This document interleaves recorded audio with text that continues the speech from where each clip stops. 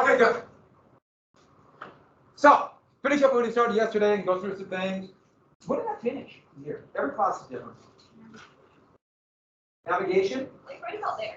So I showed you the map. And by the way, didn't I show you this one? This is weird. Yeah. That one does like, how can you use that? Well, yeah. And I showed you this. We get to hear Carax and We just finished sextants. so sextants. So if you ever see World War II era bomber, like a bomber, like a B-17, B-24, even B-29s, the navigator had a little seat on the pilot, and like in the B-17, he also had a machine gun sticking out the rear that he would fire at. They could hit anything, but they would just put bullets out there in case enemy fighter planes came. But there was a little, just a tiny little glass bubble on top of the planes, just enough for the navigator to stand up and put his head up there. And you're thinking, why the heck would it just never? Because they had a sextant. Or the big thing was they had an astronaut, because at night, can't see, they would use the North Star to navigate. Set that up and do that, and that's how they did that. And those, even B-52 bombers they still use today, they still have that little bubble for the navigator to stand up, even though they don't use it anymore. So you ever wonder about that? Which I know all of you are thinking, why is that bubble sitting on a B-17? Who was thinking that? Most of you probably. Now you can sleep at night. So, Carac and caravels are sailing vessels right here. Basically, we also call them galleons. And so you ever see like a Spanish galleon? That's what it means, where you have in the stern, you have essentially a little fort. They literally call it a little fort, building up on top here, and the bow, but they don't need rowers. Before they had rowers in the Mediterranean, the galleys would have a whole line of rowers, and that took up all the space. So you couldn't really haul goods or weapons. It's very limited, especially because people rowing need food and water, so that took up a lot of space. Here, all this open space. And that would revolutionize sea transport. It make for much longer trips, as long as you have wind. But a ship is a massive expenditure. And so galleys, because you need slaves, or you pay people, because you're desperately work, you're going to be a galleys rower, which is incredibly expensive. And because you're rowing, they have really, really flat bottoms. These have flat bottoms too, but not as bad as a galley. Any storm, and these things just topple. And so here, this is actually going to shift, one of these things that will shift the world. You can haul enough goods to pay for themselves, but also go over the sea. And also, you have all this room for goods to trade. You have room for camp. And that would just revolutionize warfare. These would become the super weapons of the time. In fact, they would become bigger and bigger and more top-heavy. And then how do they go into the wind? Lateen sails. This triangular sail right here. Before, the only sails were square. And so, sure, you had wind. And if the wind was coming from that direction and you wanted to go this direction, you went that direction. Unless you row. Here, they can go into the wind. You have to tack, so go out at an angle. And if you've ever been on a sailboat and watched that tack, it's actually pretty cool. It's just the way that the sail, they get at the right angle and it cuts into the wind, and you go into the wind. It's really a kind of a neat thing. And this would revolutionize. Okay, you're going to go a little slow, and it's really hard to tack up a river, let's say. But big changes. There are more, but these are the biggies. And you take that with the next big thing, military weapons. Beginning about the 12th century, you had the first cannon arrive. The gunpowder was developed in China. Actually, there are examples of gunpowder 1,000 years before that. By the way, gunpowder, which basically, carbon, saltpeter, basically they would do them in old latrines. I don't want you to think about it. But I had to tell you anyway, so of course you're going to think about it. It's not an explosive. Black powder doesn't explode. It just ignites. But the ignition puts gases out And that's what sends the cannonball or the musket ball up. Modern gunpowder, smokeless powder, is an explosive. And so that means that the bullet or the cannonball, whatever it might be, moves a heck of a lot faster. And so the range is a lot longer. But still, revolutionary. Here's an old Ottoman cannon that they used at the siege of Constantinople in 1453. And these were incredibly expensive. But once you got cannon and these new primitive muskets called arquebuses, couldn't hit much, but they're loud. And it's easier to fire a musket and train someone to fire a musket than to be proficient with a bow and arrow. If you don't believe me, if anybody's ever done bow hunting or training, how much more difficult it is, it's night and day. Bows were actually a much more effective weapon up until the 18th century. But it was so much easier to train someone to just fire a musket. And you can't hit anything anyway, so that's why they would line up and hope they all could hit.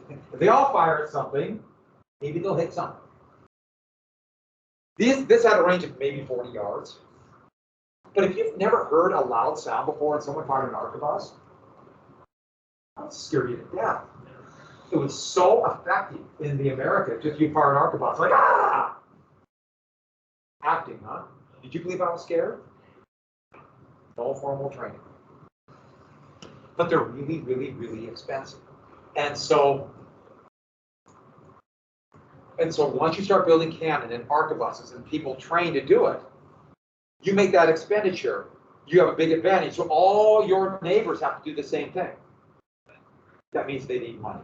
And so this is going to fuel an arms race. These are the big technological changes, but let's get to the biggie. Oh, so this is in the British have a Naval Academy in Greenwich, England. And so this is at the Naval Academy. And this is this is actually a mock-up of the Ark Royal. But now you notice how they even have 3 decks of cannon. And so they all fought in a line. These ships, sometimes you might hear them as battleships, but they call them ships up the water. I'll tell you a little bit more about that down the road, but that gives you an example of how things changed. And by the way, I have no idea who that guy was. I took the picture because I kind of thought it was cool and used it for that example. There's some creepy guy standing there. That's the kind of thing that you might have a nightmare about when you open the door. There he is. Okay. All right. Next one, social technology. And I put down government, but also put down business. Government and business was radically changed by all these new technologies. Social, it's just a name given.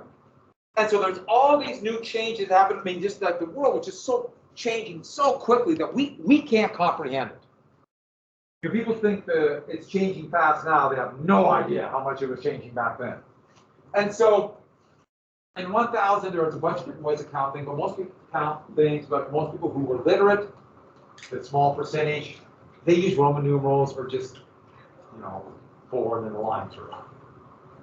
Well, Arabic numbers, which actually came from India, but it went through the Arab empires, then went into Europe. Great advantage, but it was only 1 through 9. In the 1300s, 0 arrived from India via the Arab world. And you might not think 0 is a big deal. What's the big deal about a 0? Try writing a big number without a 0. Is that what you're going to say? Yeah.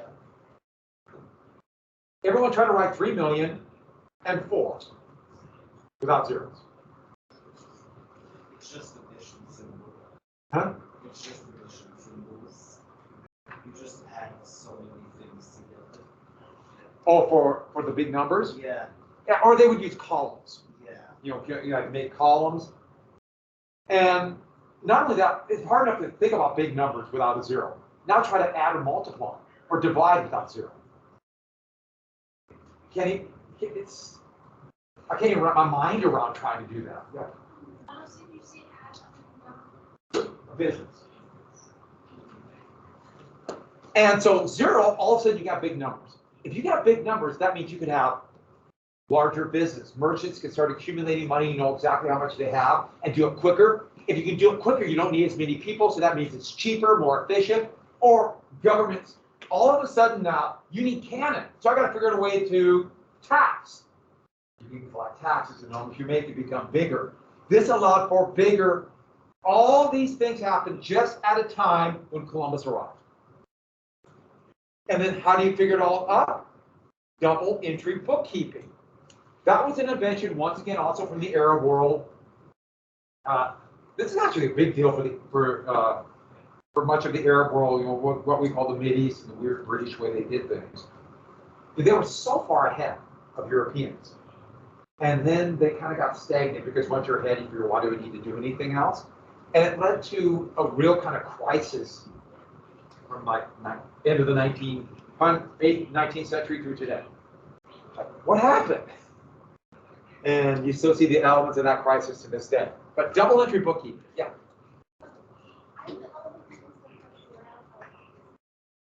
Oh, you can get bigger. So you can have, so merchants have a better way to keep track of their money, their inventory, and so they can get bigger because now they can know that exactly how much wealth they're accumulating. And the big thing is, the bigger the company, they have a competitive advantage. I'll talk about this more later because it's such a huge deal, but it's called economies of scale. You know, big business has a big advantage over small ones. And if you don't believe me, go try to start a little grocery store next to Walmart and see how long you last. They have a competitive advantage.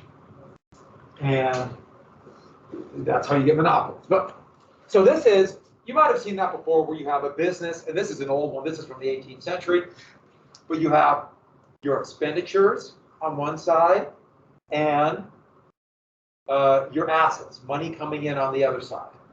You keep two columns and you can figure out how much money you have. Just like you're balancing a checkbook or an account or anything like that. Something that we might figure, you know, of course you have money, you have this much money, you subtract it. And we would, money coming in, money coming out, or going out, I'm sorry. It seems just natural to us now. But just like perspective, and I showed you those pictures. By the way, anyone have dreams about creepy baby faces? In Western Civ, I show like 50 of them. Because I just get such a kick out of it. Once again now, you can do the math quicker and get bigger. But here's the most important. Early in the 14th century, the printing press arrived. Now, there have been examples of the printing press before that we carved into wood and just stamping down on paper. The Chinese have done that, and they've done some things with movable type, but it was really perfected in Europe. Gutenberg in what is now, you have a drugstore, Eastern France, but it's actually a place called Colmar, so they're actually Germans. He's one who probably the best example of someone taking the printing press idea of using individual little letters, putting them all together to form words, and then just pressing it down on one piece of paper. And once you have that, you have the mass spreading of information like never before in the history of the world. The closest analogy would be just before you guys were born, about a decade before. Early 1990s, when that internet revolution combined with the technological revolution hit. But that doesn't even compare to this. I mean, this just blew people's mind. Because all of a sudden now, you can have all this information at your fingertips. Okay, it's really expensive and rare, but you have that potential. And then, like, it just in 100 years, you have people writing the first encyclopedias. You just, all of a sudden, all this stuff happened. And languages, that's where languages came from, the printing press. Every little town had their own dialect, had their own language. They had all that. Well, the printing press, when they started typing that, they needed some kind of common language. And so that's where you start getting things like Southern Germany, higher elevation, so they called it High German. That was developed with the printing press. Because you had to print in one language, it would be too difficult. Low German, Northern Germany, a little bit lower because it's near the sea. And things like that. But where you get, you know, what you think of what's French, the language, that came from the printing press. English, the printing press. Okay, so that's huge. But let's get to what this matters here. The Norse arrived in Labrador in the 12th century. Tried to colonize it in the next century. No one knew. Few people, that's it. Columbus arrived, the printing press is there. And word went throughout Europe. And what did they report? What Columbus said. Mountains of gold. Now, Columbus, of course, was doing what he always did, flying. But, oh my God, there's gold! And that encouraged, that spread the information and spread to a worldwide revolution. Okay, it made also people lost their great memories and all of that, the way they are now. Before you had to know everything. You'd sing songs to remember stuff. Yeah. All right. Next, this is a little quicker than modern nation states. So the first modern countries, we see a map of Europe like this is about 14. Yeah, it says 1400, but it's more like 1450. And it says, this is Poland, Lithuania, the Kingdom of Europe. The borders are pretty vague. The borders of countries are being created. Modern nations, now they can get bigger because of new technologies. After the plague, and so we have all these new countries now, and they're competing with each other for land and money. But don't forget that very expensive arms race. So they need gold. How do you get gold? You got to tax your people. By the way, what kind of people did they would pay virtually all the taxes? Yeah, the poor people, the working people. But you can only squeeze so much blood out of a stone. So then they need empire. Conquer other areas. You control them. You steal their gold. That's progress. That's why you see this all the time. Empires, even when they're in decline, keep trying to grab more. They don't know what else to do. How is it going to get wrong? You know anything about the Romans? I just told you about it. So you have to collect taxes. So what they would do is build an empire. But the problem is, if you try to build an empire in Europe, that's part of the reason why all these little principalities were fought over and borders change all the time. That's why borders really didn't mean anything then. But that's why overseas. We have to fight each other. Let's go take it from somebody else's city. Empire. And why do you think the British created the colonies? To suck gold out of it. Not just for the government, but for business. To suck as much wealth as possible. We'll talk about this more, get my dates right, tomorrow, but especially Tuesday and Wednesday. But, remember yesterday I told you about short IDs? Clear debts. No, I'm kidding. I decided, I don't want to do it this week. But I thought Tuesday, and then I decided I don't want to do it Tuesday because it's after I'm giving you Monday off, remember? So I'm going to give you the terms that will be on there. Remember, you have to do 2, and we'll walk in on Tuesday, you'll sit down, you know the terms you're right to. Sound good? So it'll be like a test, but I know you'll know. I want really good ones that first time. Great short IDs, and I'll remind you again on Tuesday what to do. Sound good? Okay, so get overseas empire. But if you want to know what colonies are like, and I'll tell you this analogy again, colonial powers come in, suck the wealth, and then leave ruin, go to Butte. Butte is an example of a colony. I like Butte, but Butte's a big ghost town. Used to be 120,000 people live there. 4, commercial revolution. A brand new revolution hit. And it's a combination of another number of things. First off, the beginnings of a stable money system. At least this idea that we will base money on gold, so at least we kind of know what it's worth, even though gold is really volatile. Terrible thing to base money on. But it's better than nothing. We will find out how bad it is in 100 years ago. Just a disaster. Gold money is not based upon gold now. Euro's a little like that. What is the US dollar based upon? International. Good guess, but no. Money is based upon the fact that the country that issues the currency collects taxes in it. So you have to pay in dollars. So the dollars are worse. And so that's what they started in. But they say, well, wait, why do you want dollars? So the big thing is the government has to tax in that, and then the government has to pay back its debts because everybody's in debt. And the U.S. government has always paid back its debts, and so we have the most stable currency in the world. And it doesn't matter how big your debt is. Who cares? Just as long as you pay back the debt. That's the biggie. As long as you tax and pay back your debt, the currency will be worse. If you don't have a system, your taxation system breaks down, your currency falls apart. Zimbabwe did a decade ago. With that, the value of the dollar dropped by about 1,000,000% in 3 days. 1,000,000%'s a lot. Just a bit. Now do that without zero. Okay, moving on. So, also the first there were markets before, Roman markets. Don't think of a market like a store. think about market, a place where suppliers of goods meet people who want their goods. Like people who have woolen cloth and the people who want to buy woolen cloth. These markets are being created, and prices will be created upon, hey, people want woolen cloth. So the suppliers will come and meet the supply, meet the demand. The beginnings of economics, in fact, the first economic treatises of what we call economics today is coming out of Baghdad right at this moment. The word was gone, Baghdad. Why did I forget the word Baghdad? And so, and the thing was this about a market, you can see it being created, and we have a little bit of this in the Roman world too, but it's different now because money's more stable. If people are selling wool, there's a few people selling woolen cloth, and a lot of people want woolen cloth, what happens to the price of wool? Goes up.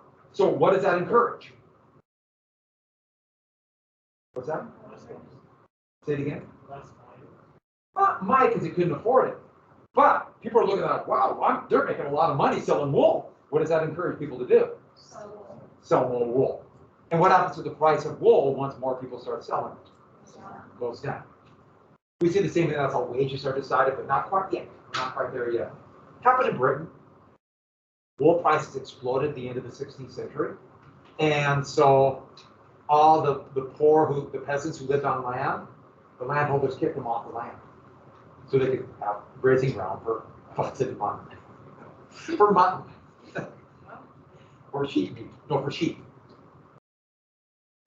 And by the way, what happened to those people? If they have nothing, what happens to them? Some went to the city, a lot went to this place, these places called the 13 colonies. So there's a tie-in, all these things tie in together. Remember what I told you about short IDs, how things lead to this, lead to this? Nothing happens in a vacuum. All these things connect together. I'll give you bits and pieces, but it all fits in. Also, the first banks. The first banking system. Don't quite think in terms of banks, but business and government do not function without debt. Business constantly has to borrow money. And if you know anybody who's in business, they're in debt. Doesn't mean they're not paying back their debt. They're going to pay back their debt with the money they make. They're doing fine. But they're all in debt. Because if you need money to buy something today so you can sell it tomorrow, where do you get that money today? You got to borrow it. Most of the time. Most people just don't have all that money laying around. I know I'm a teacher, so I'm in a different world. But, and one thing I should add about that, I jumped the gun. Forget it. So the first banks. We're coming up to this. Business cannot function without banks. There will be no banks in the colonies and in the United States till 1791. You just can't function. And don't think in terms of bank buildings. You need the whole apparatus and money. And also the beginnings of capital. Now, capitalism did not exist yet. Now I've talked to you about capitalism because that's such a great effect on the United States. But capital did not exist. There's no capitalism yet. Capital, though, have you ever heard of capital? You heard the term, and don't think, it's the school we go to. No. What's capital in this context? Yeah, things you have to make money. So you need money to buy it. But like, let's say you have a factory. It's the machines, the building, the fuel. That's capital. It's the means of production. It's pre-capitalism because we have the machines yet. Does that make sense? There's no machines. So you have the beginnings of big capital investment. Remember those big ships? It takes a lot of money to buy them, but you make a couple runs. You make the 17-month run from the New World to Africa, then back to the New World. Wow, will you make money? In the most horrific way possible. Start investing in things. And slaves. They don't have the machines yet, but people started buying slaves and they became the machines. It became a big business. Yeah. Now that trade is where the triangular trade was given, right? Yeah, you're exactly right. And there's a lot of different triangular trades, but we have one, basically New England, Africa, Caribbean. Yeah. And we'll talk about that again next week. But all this is starting. Ideological. So ideological is another big thing. Now, if you don't know what ideologies are, make sure you write this next to it. Are you missing the whole thing?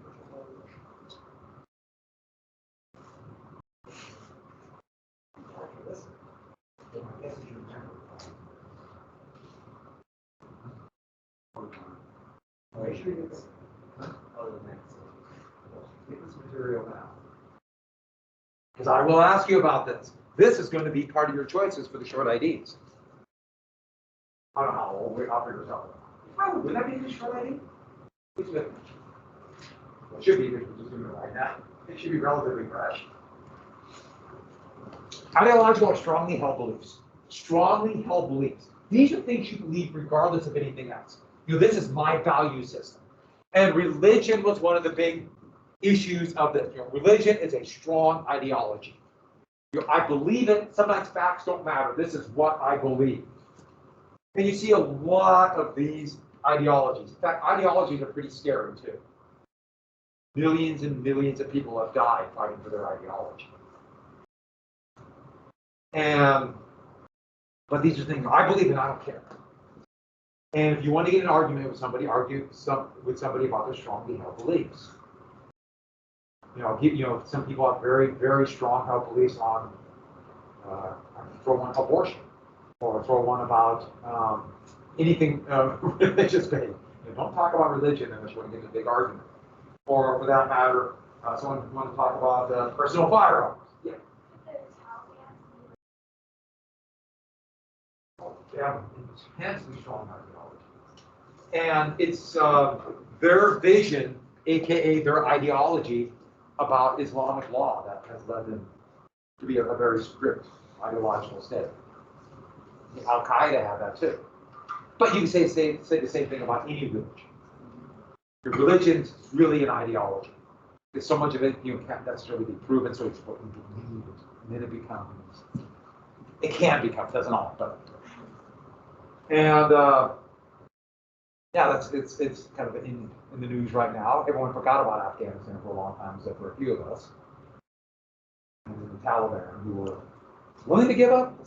That's another story. But greed was one of the most. Oh, the Crusades, and I should have added the plague that hit in between the 1100s and the 1400s. Even though technically the Crusades went on into the 16th century, no one just talks about it that much. That's one thing I teach Western Civ now. Again, I really enjoyed Western Civ, and it's only class where we can talk about the Crusades, and it just fascinates me. Do you know what the Crusades are? At least have an idea. I love getting. It's just such an amazing time. The plague maybe killed to about 60% of the population of Europe, which, by the way, as horrific as that was, it's still not going to compare to the plague that's going to hit the Americas. They're going to kill about 95 to 98% of the people. Can't wrap my mind around that. Which is always a weird thing to talk about stuff like that while wearing a mask. Moving on. So, it changed attitudes. The big thing the attitude changed was about greed, the accumulation of wealth. So Christianity started in the first century of the Common Era, and a lot of it was a reaction to the Romans who were stealing all the money from the people who lived there. That was a reaction. And so one of the main ideologies of the early Christian church was greed was a sin. The accumulation of wealth was a sin. And we should look out for every person in society, especially the poor. And by the way, the first Christians, at least at first, were the poor. So this is, them. And that would shift, when people with more power came in. But still, all through the Middle Ages, that was the ideology of the church. And for example, it was a sin to charge high interest rates. That's part of the reason why the banking industry never took off in Europe. That's also part of the reason why, this is a picture of it, the money changer. Christians who did have money and they wanted to make money of it, but they wanted to go to heaven, would turn over the money changing, the usury, the interest to Jews, who had been spread throughout Europe by the Roman rule, by when they kicked them out of their homeland. And that's where you get the horribly racist myth of the Jewish family. That's where it comes from. Which is incredibly unfair, but so much of the anti-Semitism, and boy, when we get to the 20th century, is that going to blow up? And it still is. So I think I can. Christianity came from The Romans. Romans. Yeah. Yeah. Thank you. I mean, that's the roots of it. You think about, don't think in terms of, I'm not even talking about the theological beliefs of Christianity. I just mean when it took off, that's where they got their people. You know, there's people who are being mistreated by the Romans. You ever heard the sign of the beast in Revelation? You ever heard the term number 666? That was just code for Europe. The Emperor of Rome. It was just code. Rome was the beast. You know, everything happens, you know, the historical events that were going on. So, Rome's a cool town. Let me tell you a story of Rome. So, greed. I have a nephew who lives about 50 miles from Rome. He's 7. Good story, huh? It changed. Greed became okay. And by the 1400s, you're starting to see this idea of, no. The accumulation of wealth means that you have God's blessing. That means you're virtuous. That means you're a good person. How do we know that? Because you have wealth. And so the accumulation of wealth is okay. Because that shows you have God's blessing. You think about how that hit at that exact time that they're starting to go across the sea, get wealth. And now they can go there and say, well, I'm not doing anything wrong. I'm supposed to accumulate wealth. Especially those people who aren't Christians. That would be one of the big justifications for slavery. They're not Christians. Okay, if they convert, then you have to go through some more moral gymnastics. And if they're poor and or slaves, or you're taking from them, that means they are immoral in some way. They have been damned. By the way, who likes this idea? With money. Yes. And that's purity, because they purely think this is Not necessarily, but you know, people want, they want to accumulate wealth. They didn't want to go there. How do they just like, why do they believe that in your wealth? It would take about 200 years. 200 years of a shift. And the Crusades and the plague have so radically changed society, but also the Crusades brought all these amazing things from the Mideast they just couldn't believe. That would lead to, I want this. So, and you really see this take hold during the Protestant Reformation. When the Protestant Reformation hit, this really took hold. And so those who believe in predestination were like, hey, it's already been decided, so if I have God's blessing, I'm going to get rich. And they're going to be some of the first real important businessmen and bankers in England, which has direct effect on us. And if you go to Boston, this Puritan town, it is very, or at least what? Let's say it's very mercantile, very merchant-oriented. That's where you get this weird shift. You know, Boston is a heck of a lot different than Virginia or South Carolina. Because the Puritans went in there and were very merchant-oriented because of this. And this is not necessarily good or bad, making no value judgment of all, but you really see this to this day. There's something called the prosperity ideology, prosperity doctrine, which is very big in the evangelical religion today, evangelical Protestants. So this is not old. You make this that fits in your ideology. It's a big shift. How did they determine who was going to heaven? They just were like, oh, I'm going there? The way to determine is when Calvin came out with John Calvin, it was basically, I know, he just knew. And how did he do it? Because he did all the right things. You just discovered the contradictions in predestination. Okay. And if you didn't do the right things, they would torture you. Okay, that's great. Okay, so tomorrow, a couple things about Virginia, and we'll get to the biggie. Bacon's Rebellion and the fornication laws. And I'll give you a chance to yell fornication and fornicators down the hall. Thank you. See you tomorrow.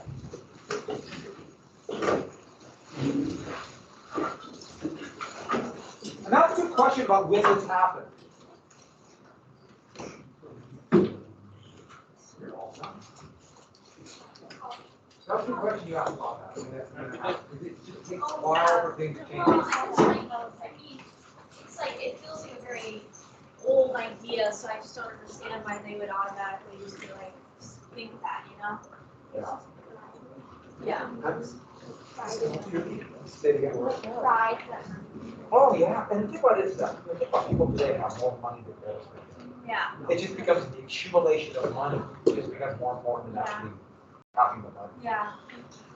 Like morality is just one way, pretty much. But they didn't want to be immoral, so they just shifted their definition. But you could argue maybe they did just like that. Yeah. It really depends on your idea. Yeah. That's, you know. Yeah. Thank you. And it's basically my stuff. So my plan is, Monday, or Tuesday, get a quick little quiz, and then one time, and give you your 2 credits. And I know once you see it, it's easy. Thank you. There's often no stuff. I'm gonna be gone tomorrow, so should I just watch your video? Yeah. Yeah, but the hated villains were Yeah. there. I was too tired of Everyone hates Will. Everyone with a conscience. Yeah, watch it. I'm not going to send any homework that time to chapter 3. Okay, thank you.